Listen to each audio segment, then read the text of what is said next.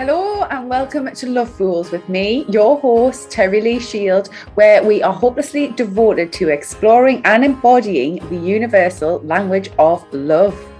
Love Fools is brought to you by Love School, where we explore loving self, others, and everything. Join us there for deeper exploration at www.loveschool.uk. Now for today's episode. Hello and welcome to this Love Fools episode.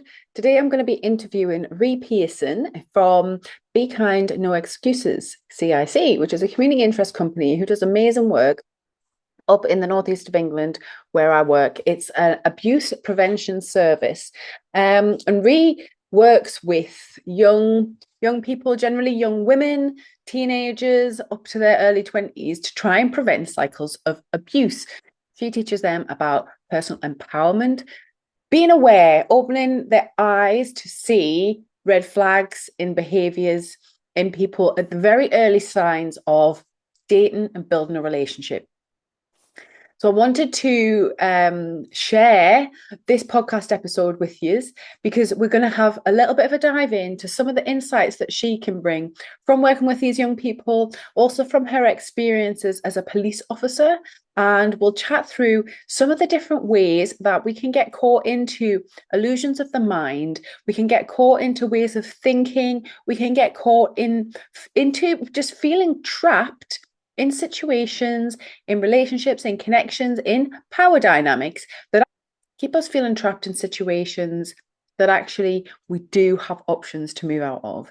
Rie is a wonderful guest. I'm really excited to share this interview with you as part of our Love Fools episode today. Hey, hello, welcome to Love Fools. I am here today with Rie Pearson from Be Kind, No Excuses, which is a women's abuse prevention book and service. It's now a community interest company that does some brilliant work up in the northeast where I'm from. And Rie is an ex-policewoman, so she has these amazing insights and used that to write a very, very informative book about red flags in relationships. So we're just going to have a little chat today, and we're going to talk a little bit about how people can get caught into these types of relationships, and potentially how we can prevent it, and what people can do if they find themselves caught in it. We can just have a good old chat about that. So hello, thank you for coming. Thank you for having me. I really appreciate it. Helping me get the word out. It's absolutely fantastic. Very generous of you. Thank you very much. No, well, it's a really important message. And you generally work with young women, don't you? Teenagers and young women. Teenagers and young women, young mums. To try and stop this cycle, to stop it before it starts if we can. Yes, because abuse follows a pattern. And if you can see the pattern, you can teach the pattern, you can learn the pattern. Yeah. And that pattern is there. That type of behaviour is there. When you first start dating somebody, there are what I call red flags in relationships. So if you can see it early on, like when you first, some people will be on the first date. Yeah. And I'm not saying that everybody, certainly I work with teenagers. So you have to be very mindful not to label everybody who displays certain behaviours as an abusive person, because you have to be very aware that young men, like teenage lads, often they'll do things because that's learned behaviour, and they don't know that it's wrong because they've never been in a circumstance where it's ever been addressed as being a problem. Like, for example, like a very common one is, when somebody cracks a joke at somebody else's expense. Yes. I do. And yeah, well, so somebody cracks a joke at your expense and you feel hurt. And if you say to the person who cracked the joke, well, that really hurts my feelings. Now, he's got two ways to go. He can go, well, you've got no sense of humour. What's the matter with you? It was just a joke, which is a red flag. Yeah. Or he could say, this is how we behave in my family. We take the mickey out of each other all the time, and this is just my normal. And I didn't mean to hurt your feelings. I wasn't aware that I would be hurting your feelings, and I'm very sorry, and I won't do it again. Green flag. But you have to give people an opportunity to make a choice about their behaviour. Yeah. Without labeling them as abusive. It's abusive behaviours, but not all of those behaviours are intended to be abusive. When you're that young, when you're like a 15-year-old going on a date, you're very much still entrenched in your own family. I mean, I didn't know. I was well in my teens, and certainly for some things I was well in my 20s before I realised that there was things that happened with other people that made the stuff that went on in my family like weird. Because we all have our own.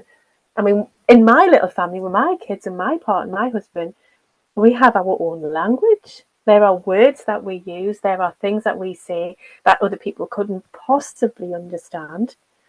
Yeah. And in-house jokes, if you like. So you have to be careful about, not labeling people as abusive, but labeling the behaviours as abusive, and having those conversations with people to say, well, actually, no, that's not okay. Yeah, because And if it's like, they're open to that, they're open to it. If they're not, then you're moving towards abusive behaviours, and that person needs to be avoided. yes. I think a lot of well, we talk about cycles and patterns a lot in what we share in at Love School, because it just repeat until somebody stops it, until you become aware of it. And what I've found in myself, my own experiences, and like what you're talking about, is until you can see it, and this is like Yeah, ending the illusion, until you can see it for what it is, rather than just going along as if it's, like I said, because you almost have blinkers on, don't you, when you've been in, especially families, like I say, or in relationships from a young age with these sort of dynamics. You can't see it because you're absolutely. Yeah, in that blinker. So because how can you're living people in that bubble, start aren't you? to, Your family bubble is your family bubble, and that's your normal.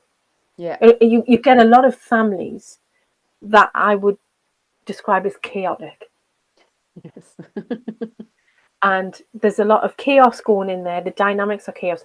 But for that child, chaos, therefore, is their comfort zone, because that's their family, that's their zone.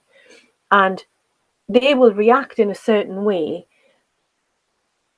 that will probably continue the cycle of chaotic reaction to certain things. Now, the person who is on the other end of that, who's witnessing this chaotic reaction, for which this person is perfectly normal to, this is their normal for behavior, this is what they've learned, this is how it is in their life, in their bubble. For the other person, they're looking on in horror, thinking, what the hell is going on here? But this person in the chaos is being brought up in the chaos, and this is their normal. You can't criticize them for that. You have to, like you say, like, you have to break that cycle by having those conversations around, why do you feel that reacting in this way is okay? And the answer will frequently be in relation to kids, teenagers. Well, this is how it is. This is how you behave in these circumstances. And then somebody else goes, well, actually, no, it's not. And I can show you other ways to react that are calmer, less aggressive, less angry, less negative. yeah. And that's like, I suppose that's then, it's sometimes not until we get an external influence that we can start to like open our mind or see that there are other ways of being or responding. Yeah, absolutely. Because your family is a massive influence. Yeah, yeah, And you don't really go out of your family really until you're a teenager, do you? Because you go everywhere with your main carer. You don't get left at parties until you're about 12, and then you start seeing how other families behave, and that's when that shift starts to happen. yeah. What And about for when you older see, people though? Because you said you work with young moms, or if is it potentially then people who have gone through all of that and not seen the problems, yes, and then but they some end up people, in, what happens is, because one of the risk factors, one of the big red flags, the big risk ones, is the speed at which a relationship develops. Right, yeah. And I was reading, I can't remember what I was reading, but it was like you shouldn't really become emotionally, even a little bit emotionally attached to somebody until you've known them for about 12 weeks. So you're dating somebody, and you know, when you're a kid, when you're a teenager, 14, 15, your relationships last a couple of weeks, don't they? And then you move on. And then, but what you have to be mindful of is when somebody wants that relationship to move quickly, and in terms of teenagers, I suppose getting pregnant quickly is a high risk factor. So I always say to them, don't get pregnant, don't get anybody pregnant, because that's going to, that's, you have to have a relationship with that person. If you have a child together, that's forever, isn't it? Whether you want it or not. Yeah, exactly. So speed. So if you meet somebody who wants to get serious really quickly, wants or you alter themselves really quickly, that's something that you need to be aware of. And a lot of these young women are mothers. I'm talking like from the age of 15 to 21. So I mean, I was at a group the other day where there was a lady there with a new baby. She was 19, and our eldest was at school. Oh, wow, yeah. So she's 19. She had a 5-year-old. So getting involved in that relationship very, very quickly and then creating new humans, that's a high risk factor. And you're not stuck in the relationship, but you're stuck with Yes, you some have to form of see that through relationship then. with that person, haven't you? Because they are the other parent, etc., and all the stuff that brings with it. So having that, being involved with somebody really quickly is really, really dangerous, because perpetrators of abuse will want that. They want to hook you in so that you can't get out. Now, as you get older, things like moving in together really quickly is a risk factor, because if you move in with somebody really quickly and then that relationship then breaks down, you are essentially going to be homeless potentially. Yeah, it's like high Or it's like stakes consequences then. it's high stakes consequences, and also things like committing yourself to something financially. And how many women I've spoken to, I can't even count the amount of women I've spoken to who've, like, we'll call it like future, like promises, where you promise things in the future, Yes. like, right, we're going to go on holiday, let's go on holiday, I tell you what, you put the deposit on the holiday and I'll pay you back. I haven't got paid yet, but I'll pay you back. And he never pays back, and you end up paying $3,000 for a holiday, and it's like, well, what do I do now? Like, he hasn't paid. And it's like they do this thing where they sort of make promises for the future, and those promises never come to fruition, but you're $3,000 down. So do you think is that, I mean, that sounds a bit like when you're talking like that, and I have been in similar situations myself in the past, it's almost like a mutual, do you, right, okay, I suppose going back to what you said, some people are doing this intentionally. They're intentionally making a false promise to create some sort of hook that you have to A follow hook. through. And Yeah, then yeah. potentially are other people just living, are they also in some sort of illusion? Do they actually believe that they're going to pay this back and they just don't?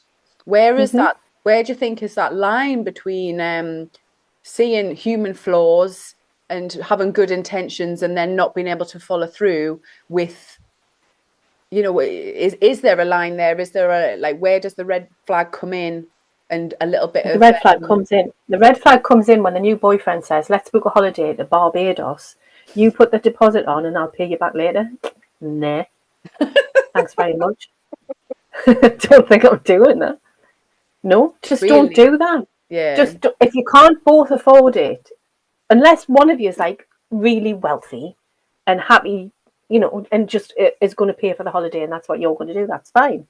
But if you both, if it's a big financial commitment, then you need to be thinking, well, actually, if this person doesn't pay, then I'm going to be out of pocket here.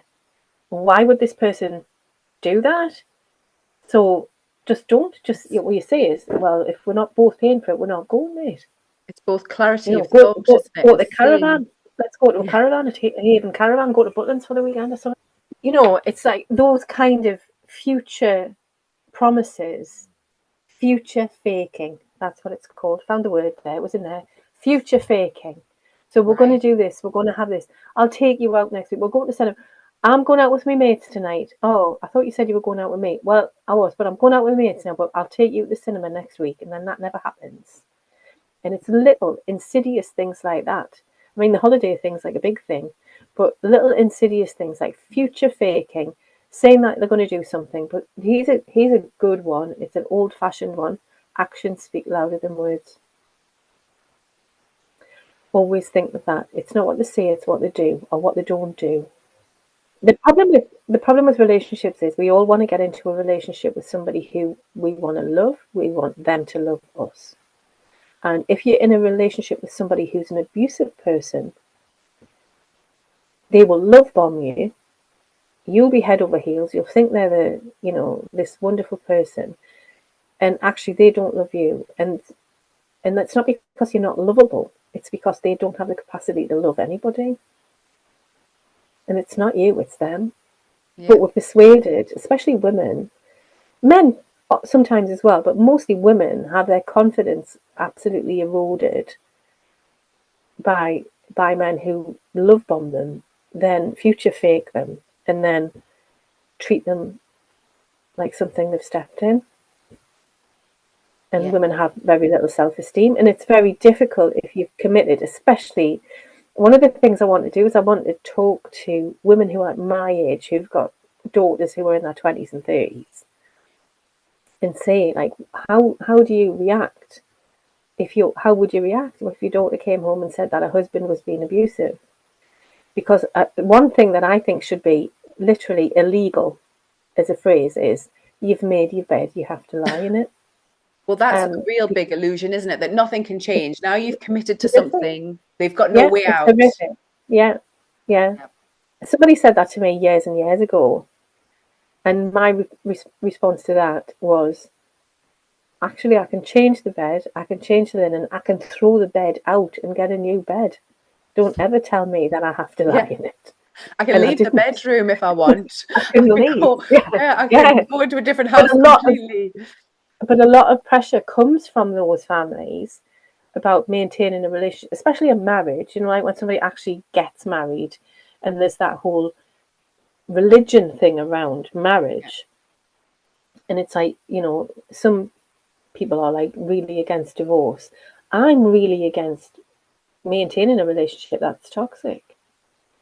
And they'll say, well, you made these commitments. Now, the commitment, looking at the marriage vows, one of them is to cherish, Yeah.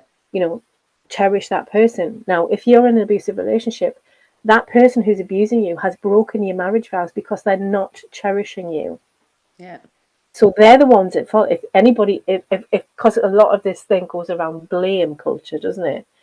If you're going to blame anybody, it's the person who is not doing the cherishing, which is part of the promise of the marriage vows. So Yeah. you're entitled to bin them. And actually, it's probably, and it's not on you. It's not you ending the relationship. It's not you breaking the marriage. It is because it's already broken anyway. Yes, it's realizing then, isn't it? It's like the realization that certain agreements were made, they're not being kept. I'm not being Mm-hmm. cherished. I'm not being honored. I'm Yeah, not being yeah. respected. And Therefore, forsaking all others when he's going around dipping it in other people, and it's just no. Your marriage is, when those vows are broken, that is the end. But to me, because I think cherish is a really important part of your marriage. yes, of course. There's love, which, I've been married. David and I have been together 16 years now. We've been married 9, so it took me time about saying yes. You sussed him out. I'm not sure I did that. Probably due diligence. I think we'll call it due Yes. diligence. But there are times when I just think, oh God, like, and love is a fluctuating emotion. Sometimes I can love it a bit, and other times I think love is like that, isn't it? For me, the two things in marriage that are really important are respect. Yes, definitely. and cherish. I like to feel cherished and I like to feel respected a lot more than I like to feel loved. And I don't know if Yes. that's just me, but for me, No, respect I've is done a whole absolutely video vital. once about I would much rather have some respect than love, especially Mhm. because of like my history and stuff and what I was told Yeah, was love, you know what I mean? And it's like, well, you can love us all you want, but if you can't even respect me or my basic needs or my human yeah, rights, yeah, yeah. you know, That's then exactly, and that's a good point actually. If you can't do, Maslow's hierarchy of needs, and like the basics, if you look at an abusive relationship, the basics of being loved, being warm, being fed, being clothed, being allowed to sleep, getting rest is on the bottom of Maslow's hierarchy of needs. And some people are in a relationship with somebody who doesn't let them sleep. That's the basics. I was talking to somebody the other day whose teenage son's in a relationship with a girl who rings him at 2 o'clock in the morning. They've got to go to school the next day. gosh, And she wants to talk to him at 2 o'clock in the morning. Now that kid, she's and he's not getting his sleep, but at the same time, that Ben's obviously living in chaos. obviously, well, like you say, she's in some cycle where she thinks being up at two She's in o'clock in the morning is fine, is normal, and I'll normal. just ring. That doesn't make her abusive, but it makes that behavior potentially abusive. And what do you do as a parent? You can't have your kid up at 2 o'clock in the morning. He's got to go to school the next day. But it's very difficult to speak to that other person's parent because they're chaos as well. Yeah. And that Ben's stuck in that cycle. Now you can't criticize her for that, but you need to support her through it. What I do is I speak to teenagers, and the purpose of the ABC course is for them to be aware of these behaviours, so they can what in the police we call it target hardening. Right. Yes. So Yes. That's a good a term. girl who's done the ABC course will be less likely to get into an abusive relationship because she'll call it out at the start than Yeah. a girl who hasn't, because she might not necessarily know what these red flags look like, Is and she'll it? get sucked in. I know you are based on prevention, but I'm sure you must hear the stories. And then if you've seen the cycle, like if somebody's gone down that path, if they've got sucked into this illusion and they're living in this idea, maybe there's a commitment there of marriage, or like you say, financial commitment, living together. Maybe there's all these phrases coming from their past cycle. You've made your bed, so lie in it. All this, which are all, like you say, they're all in their mind. Then Yeah, there's nothing actually keeping them in that relationship or situation other than these ideas. Is it impossible for someone to break out of that, or what have you seen from your experience for that people can shift out of it? Does people something have can to shift happen, out of or? it. The dynamic behind, anybody can leave any marriage at any time. You can. I always advise people to get their ducks in a row before they do it, and never, if they're in an abusive relationship, I would say never tell your abuser that you're leaving, because the risk level Yeah, it for skyrockets. murder goes through the roof. So if you are in an abusive relationship, leave. You need to be very, very careful about that. But anybody in any relationship, you can technically leave, but it's having those things in place, because if you're in an abusive relationship, you will have been isolated from your support network. Yeah. So you're looking at a woman who's in an abusive relationship who wants to leave, and she's only got herself to rely on. Because, going back to what I said earlier, if somebody, you first start seeing somebody and he's lovely, and he's doing all the love bombing and everything, and seems to be like my perfect match. We're like soul flames. Um, and then suddenly, after about 12 weeks, you realize that you're in an abusive relationship. You haven't got any friends anymore. You can't go out. He tells you what to wear, what not to wear. Doesn't like you wearing makeup then, or wants you to wear loads of makeup. Or you're too tall, you're too short, you're too fat, you're too thin, your feet are too big, your feet are too small. Your hair's too brown, your hair's too blonde. All of that. It's really difficult to go back to your friends and family and say, well, actually, I did say it was the bee's knees, but actually he's horrible. Yeah. Because people then react and say, well, just a few weeks ago you were saying he's lovely. What's the matter with you? Because it's really important how we react when somebody discloses abuse. And that's when you get the, well, you've made your bed, you've got a lie in it nonsense. Yeah, exactly. So separation is possible, but you've got to be careful about how you go about it and make sure that if you are in an abusive relationship, you seek out those support organisations who will help you do that in the secret. Yeah, and then you have to kind of, so I'm just kind of curious about, because that's a real threat, isn't it? Whereas sometimes some people are in real threatening situations, and some people get trapped in these relationships and things because of false threats, false ideas. But if somebody's starting to see red flags or notice red flags, they're becoming aware, like, oh, actually, it's mental abuse, it's emotional abuse.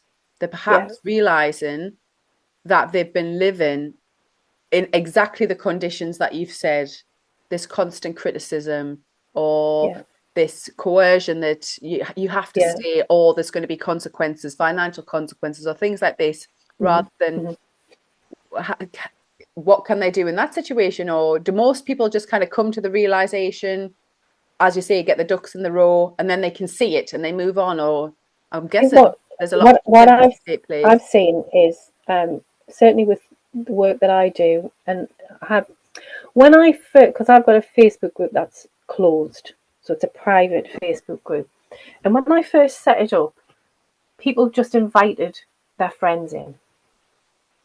It's now set up so that you have to ask to come in. Right, yeah. Because I don't want people just putting people in, because that could increase their risk if their abusive partner sees that they're in it. And the group's obviously, it's called Be Kind, No Excuses, and it's not immediately obvious that it's domestic abuse related. So there are a lot of women who are in that group who were invited in, and they're just in, and they will contact me because, well, I'll put a post up about something, and they will contact me and say, what you said, I'll do a video or something, and they'll say, what can I talk about what you've said in that video or in that coffee morning we've had or whatever? Then it transpires that they've been in an abusive relationship, but until I mentioned that particular type of abuse, they didn't realize until that moment. Yeah, so it's like When I do, awareness. it switches a light on, and then I have a conversation with her, and then she then has to make a decision about where that relationship's going to go. And it's not my place to tell people to end that relationship because it's abusive. And you have to be very careful about that, because ending that relationship could be fatal. Yeah.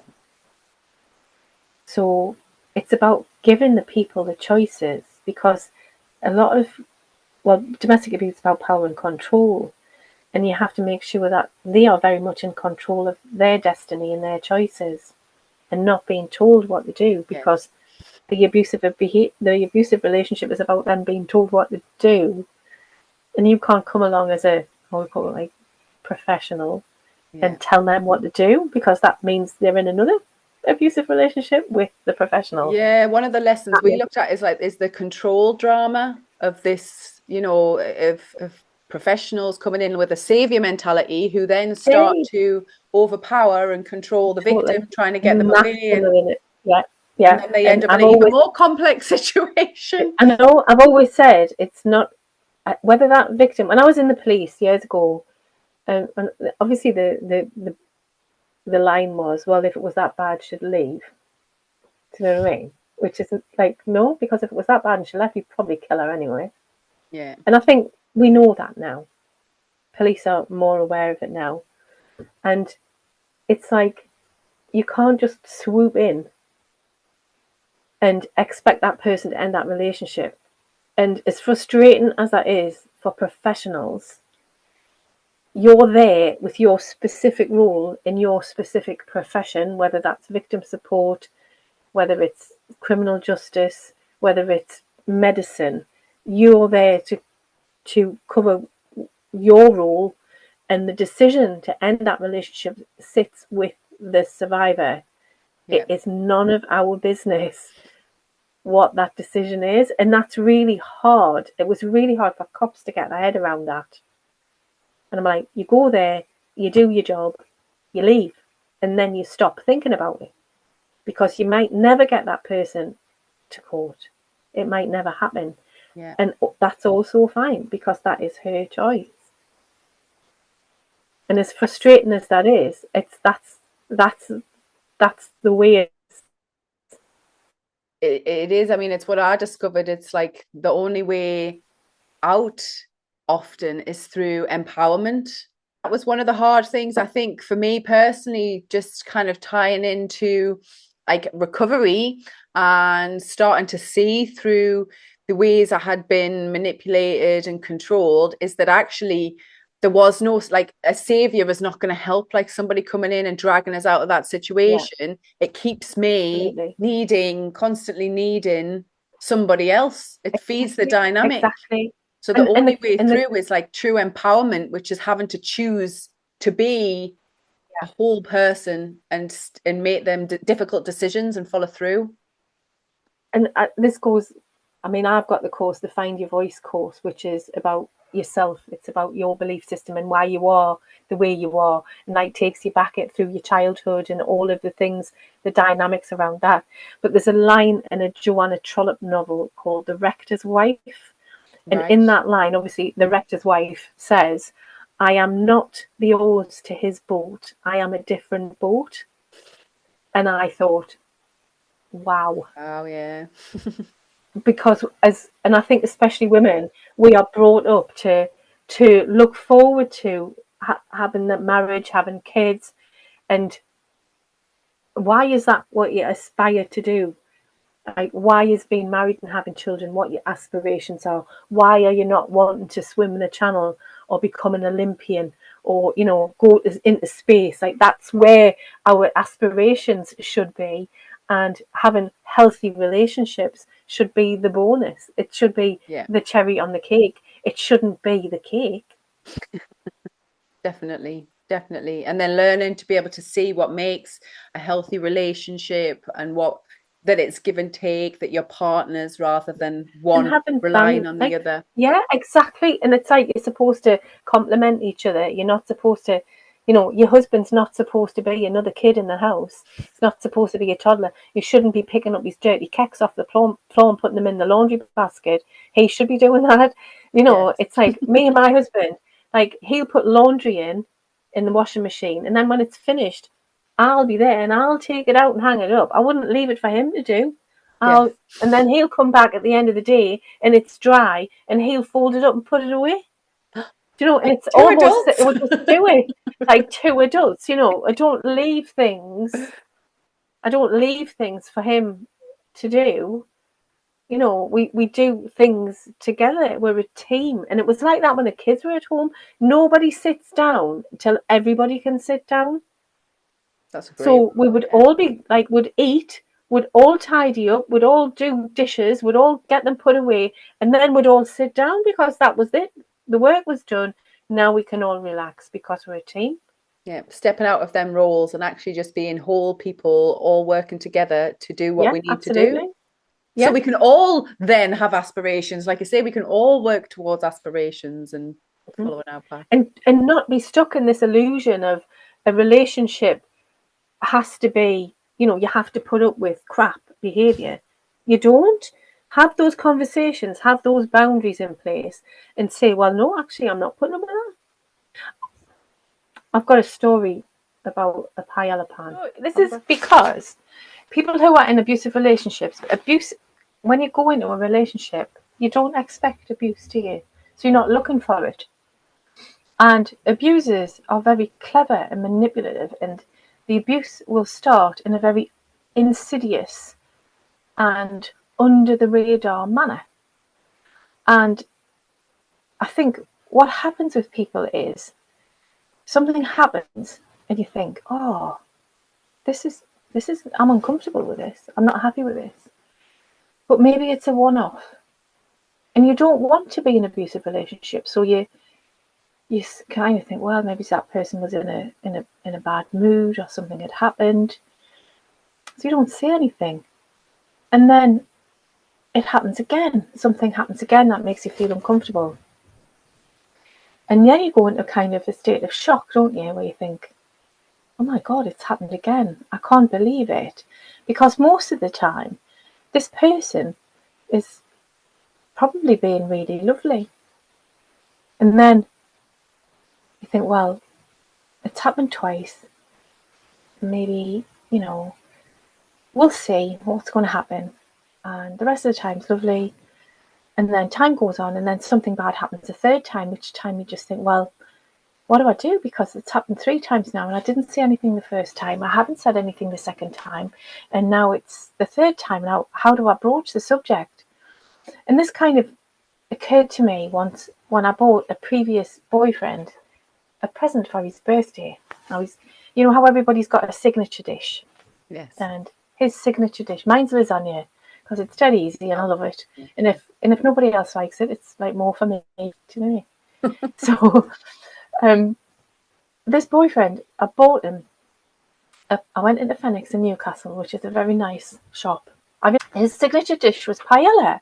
I don't like rice really, but his signature dish was paella. And for this birthday, I bought him a paella pan, which is about, if you've seen one, they're about 1 meter across. They're huge. And it was really lovely. So then he was really happy about that. And then the next time I went for dinner at his house, he made paella. And I was like, oh, okay. Well, I bought the paella pan and I'll just have it. And so I made myself eat the dinner. And then a few weeks later, I went to his house for paella. Oh, no, I didn't. I went to his house for dinner and he made paella again. And I was like, right, okay. I didn't say anything first time. What do I do? I bought the pan, so it's kind of my fault that he's making it. Maybe he thinks that I like it, but anyway, I ate it. And then a few weeks later, I went to his for dinner. I got paella again. And I had this vision in my head that I was going to get paella every time for the rest of my life. Every time I went to his house, I don't like it. Yeah. So I said to him, I don't like paella. And his response was, well, you've never said anything. And this is the 3rd time I've made it. And I was like, well, I'm saying something now. And I felt bad because I bought the pan. I hadn't said anything the first time. I hadn't said anything the second time. And then when I said something on the 3rd time, his retaliation was, well, you haven't said anything before, so what's the problem? And my response to that was, well, I'm fucking saying something now.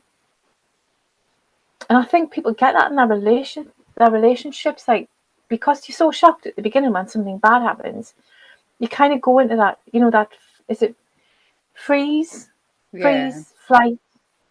What is it? Freeze, fight, flight, or fall. And a lot of people freeze. They freeze in the first time. And then when it happens again, they go into this fawn kind of reaction where they kind of placate the person. But the thing is, with everybody around them, they see the victim placating the person who's in the wrong, and they don't understand that is actually a defense mechanism. Yeah. And it's really important for people on the outside of abusive relationships looking in, like your support network, your friends, your family, your colleagues, to see and understand that those reactions are part of self-defense. Yeah, exactly. Self-preservation, isn't it? Yeah. You have to fawn with somebody who you think is going to be really horrible to you, if that's the only option that you have at that time. And placating people is what we do, isn't it? Because we want our lives to be calm. We want our lives to be happy. We want to be loved. We want to feel loved. And it's a natural reaction to respond in a way of like freeze initially and then fawn afterwards. And that can go on for a really, really long time. And it's careful. You have to be careful not to judge people on what their reactions are. And also, those if you know somebody who's in an abusive relationship, it's very highly likely that you think their abuser is a very canny person because they're manipulating you as well. Yes, exactly. It's about like creating this like I think that it's like two sides to it, isn't it? Like two sides to the almost the illusion. It's like a game. So the abuser is like creating this illusion of niceness or Yeah, um Jekyll and Hyde. yeah, like putting this mask on and making sure that everybody thinks they're great and they could never believe that anything like that could happen. But then Exactly also the that. victim is trying to like some of the things you've talked about before, like future faking and all this, they're buying into that illusion all the time that things are going to get better or there's something wrong with them, they've interpreted it wrong, Yeah, or they need to respond differently and try and make everything better so it doesn't happen again. So they're like buying into this like lie that they're telling themselves to almost to survive the situation, to try and absolutely. keep everything, as you said, calm, or they're trying to avoid these events from happening. And like I say, the abuser or the person who's doing the manipulating is literally playing a role of somebody who would never do that. And it becomes a big play. That's the only word, like that's the words that I can It is, kind yeah. of come up. It's like a performance. It So is. it's It's a being show. You're real. right. It's a performance. Yeah. Yeah, it is a performance. It's Jekyll and Hyde, isn't it? And what you've got to remember is Dr. Jekyll, who's the nice guy, isn't real. It's the Mr. Hyde who's real. It's the because Dr. Jekyll's the mask that they put on outside. You'll hear this from lots of people in abusive relationships, like outside the home, that their abusers sociable, they're the life and soul of the party, they're very kind, they'll do things for other people, they'll do favours for other people, they'll bend over backwards to help and support other people, but in the home they do nothing for their family. And it's because it's all a mask, it's all a front, because they want people to think that they have the perfect life and they're the perfect partner, when in actual fact what goes on in the home is absolutely beyond horrific. Talked a bit about being like, okay, prevention, that when we start to get clear in advance of what to expect in things in relationships, and we talked a bit about people like making that choice and kind of seeing things for how they are, and then trying to leave that situation in a way that's considered so that they are not going to put themselves in further harm as much as possible, and to make sure they've got somewhere stable and stuff. But have you noticed like any patterns or things, like what can bring that realization where people suddenly realize that their entire life is a lie, or their relationship is this play, or is there something often that happens that makes people notice, or is it, I think oftentimes it's gut feeling, isn't it? yeah, that just gets too strong, do you And think? it gets too strong. And I think through time we've been educated to ignore our gut feeling. Well, And yeah, I think we need to definitely, bring like, and we need to bring that back. And you need to listen to your body, because your body will tell you. You've got three brains really. You've got your heart, your head, and your gut. Your heart wants to be loved, yeah, but your gut will always tell you the truth, regardless of what your head and your heart's telling you.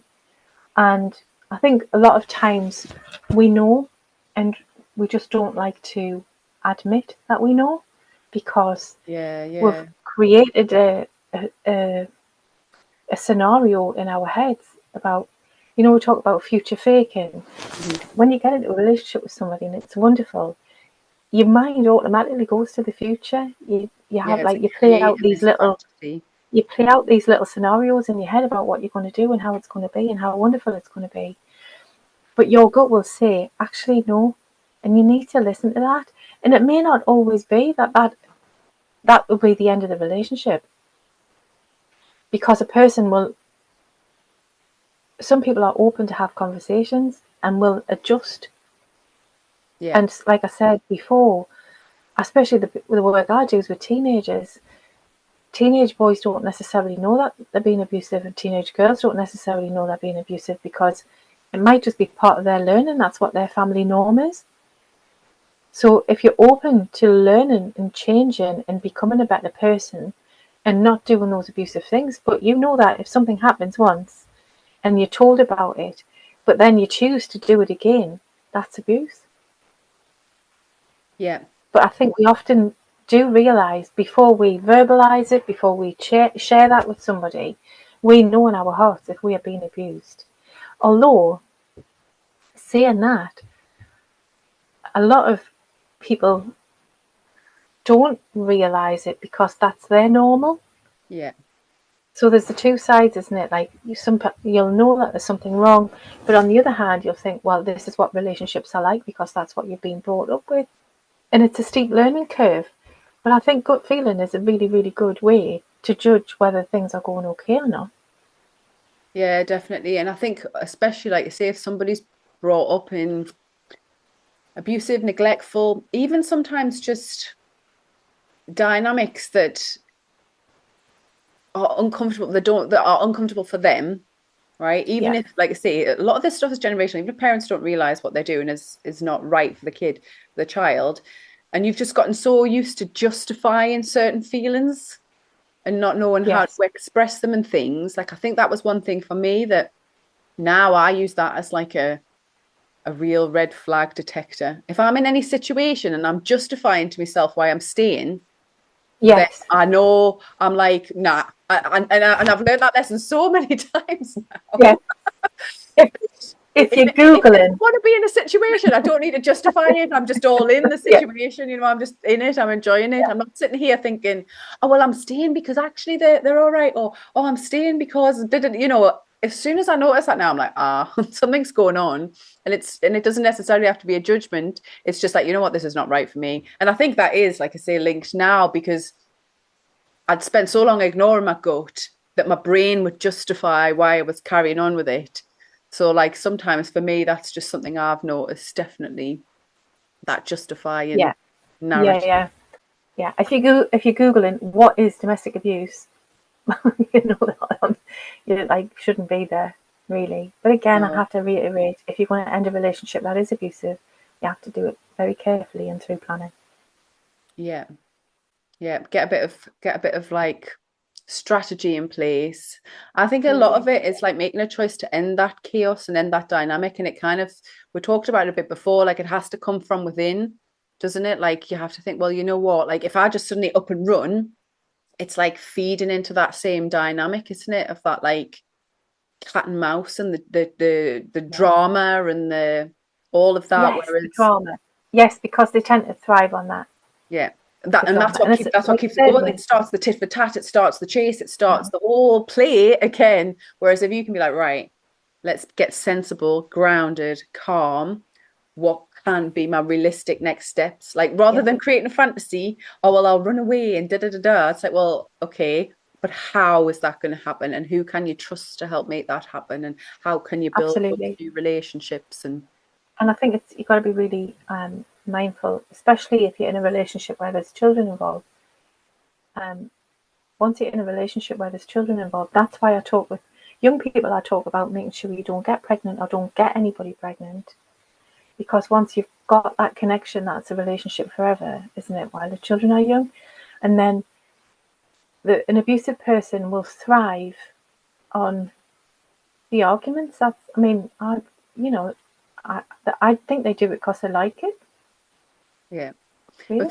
I think it feeds them, and then you see it, unfortunately, Yeah, when people have even left an abusive situation and they go and start going through the courts and all this sort of stuff. And it just I can see the drama so clearly now, and I just think, oh the my God, family like court. you just want to like just stop feeding it. But Yeah, the unfortunately, family court is terrifying. yeah, And people who are abusive tend to be adversarial anyway. So they thrive on the drama of the court yeah, they because love it. the They court love it. is the ultimate stage, isn't it? Yes. So you've got to They get to play this role, and it's all they been get so to do that dramatized on the exactly, telly and yeah. all that. And it's like, And for the protective parent, that's devastating because the way things are at the minute, abusive parents are getting custody of their children at a terrifying level here yeah, and across the planet, not just here. no, it's like Just a pattern, isn't just it? just going as a pattern where people who have convictions for violence and sexual violence are still getting custody of their kids. I just don't even understand how that even happened. No, But it that's is, and completely that's why I always well, advise exactly. That's the reality, isn't it? It's like you've got to, the misogyny within the family court is at an eye-wateringly high level. yeah. And We it's so need complete bizarre reform. how that's come about because it was created Terrifying. to protect children. It was created to protect supposedly families. But actually, what's happening is it just protects the system within which it works. Yeah, that's exactly I what's think the whole multi-agency risk assessment conferences, all that multi-agency stuff, I think what's happened through the process of evolution is the Mareks don't protect the victims and the children of the victims, and the children are victims. It protects the organisations that work within that system. So it's evolved into a back covering exercise for each of those organisations, which is unforgivable. well, because they're all relying on that to literally sustain themselves, isn't it? And again, Mm-hmm. they need certain results, they need certain funds, they need to make, Yeah. all Those of that. resources, and it's not about protecting the victim. The onus is still on the victim to protect themselves, to put things in place. They are accused of failing to protect their own children, when in actual fact, what needs to happen is the criminal side of it needs to step in, and the criminal justice process needs to be implemented in a more rigorous and accountable way. Yeah, exactly, because them systems aren't actually catering to the reality of what it of those power dynamics and how victims are and how what victims need. And Um, for me, it looks like entrenched misogyny within the court system, because 99% of the time it's the female victim, and 99.9% of the time it's a male perpetrator, and the male perpetrators perpetrate against men as well. And you've got literally documented evidence to say this child should not have been in his custody. Even people have to be brave and act. Why did nobody act against that man? well, that's the ultimate Unbelievable. question, I think. It's like I think we've gotten to a point where what's coming to the surface is that actually the justice system, the police, social support systems, all of this, they don't actually know how to deal with perpetrators because they're afraid of them ultimately. They're like falling for them as well in Yeah, a way. I think there's a level of that definitely within the different organisations. There's definitely a fear of the perpetrator, which is outrageous. Because if you fear that perpetrator, and I have been in child protection conferences where I've been on a table of professionals and they have been afraid of the perpetrator, and Mhm. probably I was the only person there who wasn't. And I used to hang back and hope that that perpetrator would challenge me, and that would have been an interesting thing to watch. Well, But that's the that thing, because until they perpetrator get never did. challenged, that's when you get your evidence because perpetrators do not Yeah, like to have their power yeah. challenged. This particular person I am thinking of was one of the scariest child protection, domestic abuse circumstances I came across in my career. And that's how I remember it so vividly, because Yeah. he was utterly, unimaginably vile. And the organisations who were dealing with him, they were frightened. The workers were frightened of him. I wasn't frightened of him, but he never ever did it. And I did everything I could. But the criminal justice system, if they're going to let somebody out on bail, I mean, this new government in the UK have just said they've got a new domestic violence protection order come in line. Well, if you're dealing with people who take not a blind bit of notice of the orders that they put in place, they breach their bail conditions, what on earth is that going to be any use of domestic violence protection Yeah. order? It's toilet paper. If people breach their bail, they should go to jail. The end. Yeah. They breach their bail, go to jail. The problem is in the UK at the minute, the male prisons are full. Quite frankly, I don't care if they're all standing up in a row like sardines. Put them in. Just put them in. Do you want to tell us a bit about some of the positive, amazing work that you do? So you've got your Be Kind, No Excuses book Oh gosh, that you yes. get. Yes. The Be Kind No Excuses is a book. Yes, it's 5 true stories written by amazingly brave women, and I've annotated them to pull out the red flag behaviours.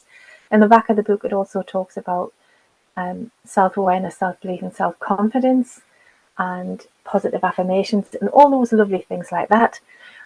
Off the back of the book, I have the ABC program, which is again self-awareness, self-belief, self-confidence, and that's for teenage girls. I'll be doing a train the trainers package so that we will have people who will deliver that training. So we'll deliver that training to people like teachers, people who run organisations that work with young women. So they will be able to deliver that ABC programme in-house. And I've also got Find Your Voice in Relationships, which is, it was written for adult female victims of abusive relationships, like intimate, like romantic relationships. But when you look at it, it could be anybody who is in any kind of abusive relationship with anybody. And that's available on their website, which is riepearson.com. Brilliant. You can download it off the website. And anyone who's in the Northeast who is a woman can come to your Women Only Wellness gathering as well. Oh, I forgot about that. Yeah. The annual Women Only Wellness gathering. It's a timetable of events, workshops across a weekend where I work with female entrepreneurs who have businesses in the field of well-being. They come and do workshops, we do talks, and it's a fantastic weekend. And that weekend helps sustain Be Kind, No Excuses, the community interest company, and also Track UK, which is a drug and alcohol recovery service for women based in Teesside. Brilliant. Yeah, no, it's amazing what you're doing. So thank you for everything that you do, and thank you So for your much. time Thank you. and our chat. So that was Rie Pearson. I'm going to link below all of the information from her website, her book, which is an amazing book, especially if you have young people in your life. And this is a great book to share with them. The book has case study stories of abuse and highlights within those stories red flags for especially young people to see. We talk a lot in the interview about patterns, about repeating patterns, and how we take on these cycles, how we perpetuate these cycles, because we take on what we see around us from a young age as normal, and then we just live within that. And that part of breaking out of abuse, part of opening our mind, is to begin to see in a different way. And that's exactly what the Love School Breaking Illusions course is all about. It's beginning to really kind of look at some of the things, some of the ideas, some of the power dynamics, some of the control, ways that we control and manipulate each other in human-to-human interactions that we have got used to being normal. And once we can see them, once we have our perspective broadened, when we can get a bit more insight into our lives and really start to challenge these things, we cannot be trapped in the illusion of them again. This course is a life-changing course. It frees you from these methods of control, not just in relationships, in all areas of your life. And in that course, we dive into all sorts of different subjects and different ways that our mind is manipulated into certain ways of thinking, that because we take that on as normal, we then start acting out in certain roles and start playing a part in certain power dynamics that we don't have to. Have a look. It's a great course. I've put a lot of energy into making it for you because I really want us to free our mind and be able to make decisions for ourselves, be sovereign beings, be able to act in our own integrity, to be able to choose the experiences that we have, consciously build a life for ourselves that we want, that benefits us, that aligns with a better future for us all, individually and collectively. Also, if you realize then after this podcast that you have patterns that you have been following that have got you into relationships, often these can stem from inner child wounds. We literally start to mimic some of the normal and some of the patterns, some of the cycles that we were born into, that we literally get caught into just replaying the roles and the relationship types and the power dynamics that we grew up in our families. And our Love School course, Inner Child Healing and Reparenting, is going to help you to go way back and start looking at those wounds, building a relationship with your inner child, and reparenting yourself, which is setting yourself from the perspective you are now, an example of how you want to live, making choices for yourself. These two courses are really helpful. If you're noticing that the things we're talking about in this podcast are really affecting you, one is going to free your mind now as an adult. The other one is going to go back and heal some of these wounds that caused all these patterns in the first place. I'll link everything below, including all of Rie's amazing like I say, books, website. She does a fantastic event. If you're up in the northeast of England, she does a fantastic, I think it's a 2-day event now for the Women Only Wellness, which is a gathering of women where you can come together and have a really healing, replenishing day focused on wellness and your well-being. Get along to that if you can, even if you're not in the northeast and you can travel. Have a look. The details are on that. Yes, I will link everything, and we're so grateful to Rie giving up her time for the podcast episode today, and I really hope that you found this beneficial. Please do comment, let us know what you thought about it.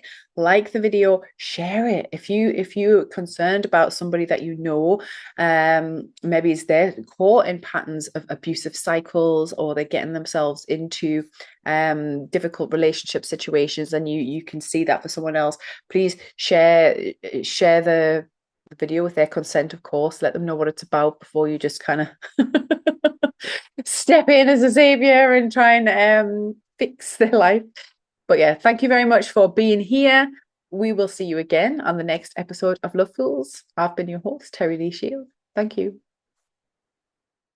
Thank you for listening to this episode of Love Fools, where we have been exploring and embodying the universal language of love. Love Fools is brought to you as part of Love School, where we explore what it means to love self, others, and everything. For more information, come and have a look at our site, www.loveschool.uk.